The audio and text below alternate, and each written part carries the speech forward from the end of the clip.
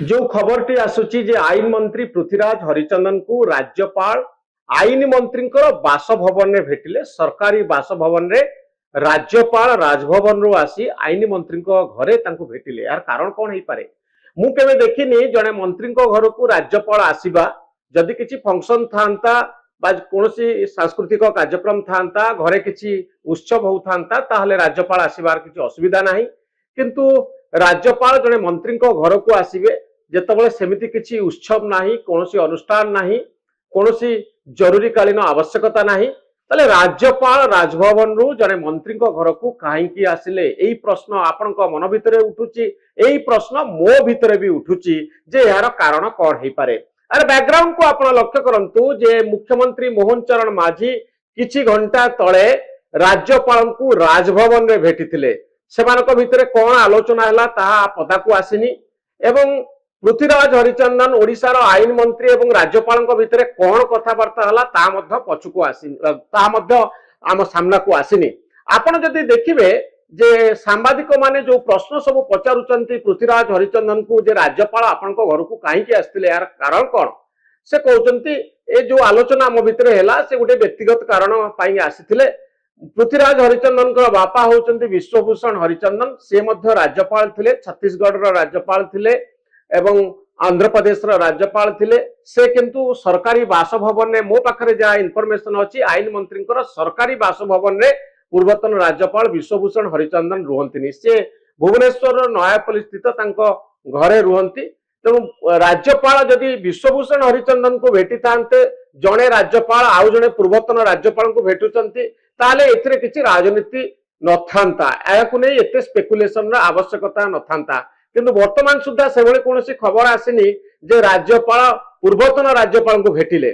जहाँ जना पड़ुछि जे राजनैतिक परिस्थिति सरगरम होईछि। वर्तमान मंत्रिमंडल संप्रसारण खबरटी प्रचारित होउछि। निकटरे आमे देखिथिलु प्रधानमंत्री नरेंद्र मोदी को मोहन चरण माझी ओडिशार मुख्यमंत्री भेटिथिले एवं सेतबे मध्य आलोचना होइतला जे मंत्रिमंडल संप्रसारण संपर्क रे बोधवे मुख्यमंत्री प्रधानमंत्री सहित आलोचना कले।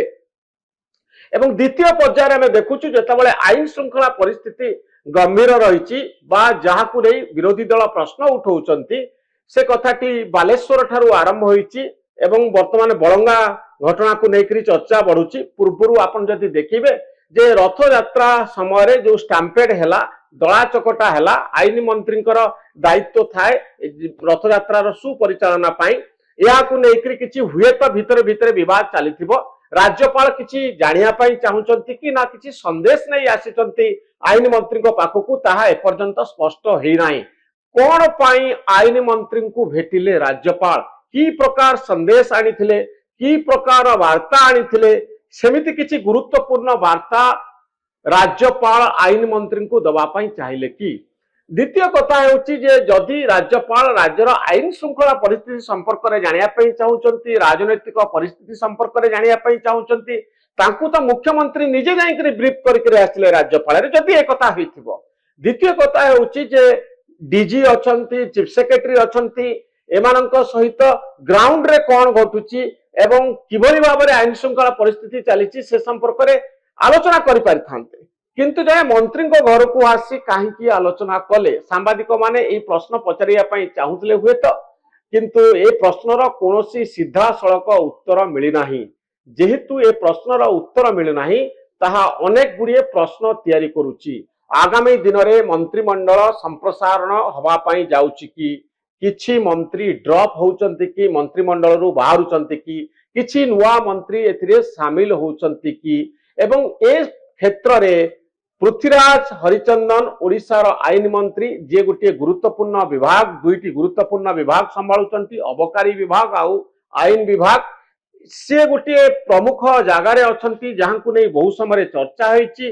तो मु एतिकी कहबा पाई चाहिबी जे हुए तो ए घटनाटी ओडिशार एक गुरुत्वपूर्ण राजनीतिक कार्य संपर्क रे घटी, जहाँ को लेकर आम भितर गोटे संदेह सृष्टि होउची, आम भितर कल्पना जल्पना तैयारी होउची जे कौन हेई पारे। मते लागुची जे कौनसी एक गुरुत्वपूर्ण राजनीतिक निष्पत्ति सरकार नबा पाई जाउचंती। हुए तो राज्यपाल एथे गोटे प्रमुख स्थान रे अछंती हुएत एक गुरुत्वपूर्ण निष्पत्ति नवा पई जाउछंती जोथिरे मुख्यमंत्री मोहन चरण माझींकर जेतिकी भूमिका रही राज्यपाल मध्य सेथिरे गोटे बड़ भूमिका नेउछंती एवं एथिरे पृथ्वीराज हरिचंदनकर भागीदारी रही तेणु सीधा सड़क आम कहीपर ना जे कौन हवापाई जाउछि केवल आजिर दिन में आज यही समय एतिकी कहीपर जे बड़ धरणर राजनैतिक हलचल हवापाई जाउछि यार प्रभाव राज्य मंत्रिमंडल उपरे पड़िबा पाई जाउछि एवं एही घटनाटी राजनैतिक दृष्टि अत्यंत गुरुत्वपूर्ण निश्चित भाव में मंत्री मानक भितरे छनका पशिथिबो जे मंत्रिमंडल रे विभाग अदल बदल हो पारे मंत्रिमंडल रु किछि मंत्री को विदाय नवा पाई पड़ी पारे किछि नुआ मुह सामिल हो पारंती एथे मनमोहन सामल आउ मोहन चरण माझी केंद्रर नेतृत्व एवं राज्यपाल गोटे बड़ भूमिका रही ए क्षेत्र में पृथ्वीराज हरिचंदन जेहेतु जड़े प्रभावशाली मंत्री एथिरे मध्य तांकर भागीदारी रही एपर्यंत स्पष्ट होई नाही जे जड़े मंत्री घर को कहीं राज्यपाल आसिले एवं किछि समय पूर्व से मुख्यमंत्री सहित आलोचना करथिले आ पछरे कौन कारण रही ए प्रश्न होची सबुठारु बड़ा प्रश्न आशा करिबा खूब शीघ्र ए प्रश्नर उत्तर मिलिबो ए प्रश्न भितरे वर्तमान ओडिशा राजनीति लुचि रही एक गुरुत्वपूर्ण राजनैतिक निष्पत्ति अपेक्षा हुएत ओडिशा रही जेतबले विरोधी दलंकर आंदोलन चली जेतबले नारी निर्यातना देहरे निया लगेबा दुर्वृत्त माने गोटे झील को पोड़ी दबा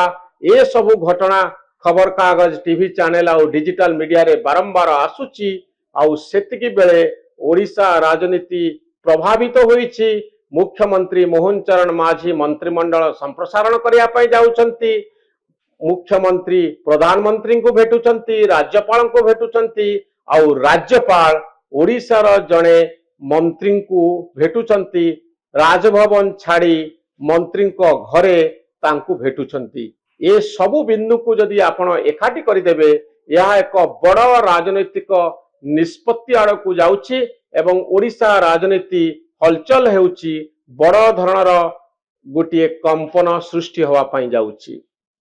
धन्यवाद, नमस्कार।